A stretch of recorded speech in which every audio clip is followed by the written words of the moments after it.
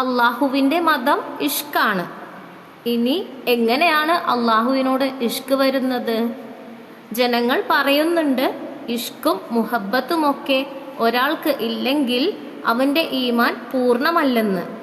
മരുന്നിൻ്റെ അഡ്രസ്സ് പറയുന്നുണ്ട്, പക്ഷേ മരുന്ന് തരുന്നില്ലല്ലോ.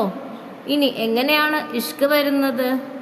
എപ്പോഴാണോ ഹൃദയത്തിൽ എല്ലാ സമയവും അള്ളാഹ് അള്ളാഹ് എന്ന് വരുന്നത്, ഹൃദയമിടിപ്പുകൾ അവനെ അള്ളാഹ് അള്ളാഹ് എന്ന് വിളിച്ചുകൊണ്ടിരിക്കുമ്പോഴാണ് ഇഷ്ക് വരുന്നത്.